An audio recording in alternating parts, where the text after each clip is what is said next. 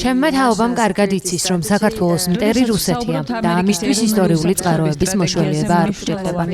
საკუთარი თვალით გვინახავს და გვახსოვს საბჭოთა ოკუპაციის წლები, რუსი სამხედროების მიერ ნიჩბებით აჩახილი და ქიმიური იარაღით მოწამული ქართველები. გვახსოვს 2008 წლის აგვისტოს ომი და საქართველოს ხელახალი ოკუპაცია. რუსეთის მუდმივი მუქარის ფონზე ჩვენ მთელი ძალისხმევა, როგორც შეგვეძლო სახელმწიფოს განვითარებისკენ მივმართეთ. არჩევნებში საკუთარი ხმის მნიშვნელობა დავინახეთ კორუფციის გარეშე უმაღლესი განათლების გარემო შევქმნით. სასამართლოს მედიის მიუკერძოებლობა მოვინდომეთ. ადამიანის უფლებების დაცვაზე, სახელმწიფოს ვალდებულებაზე და მოქალაქის პასუხისმგებლობაზე ვმსჯელობდით. ამ წლებში საქართველოში გაიზარდა თაობა, რომელმაც რუსულის ნაცვლად ინგლისური და სხვა ევროპული ენები ისწავლა. ევროპამ გაიცნო თანამედროვე ქართველი მწერლები, მხატვრები და რეჟისორები. ჩვენ ვცვლიდით ცოდნას, გამოცდილებას და კულტურას თქვენთან, ევროპასთან.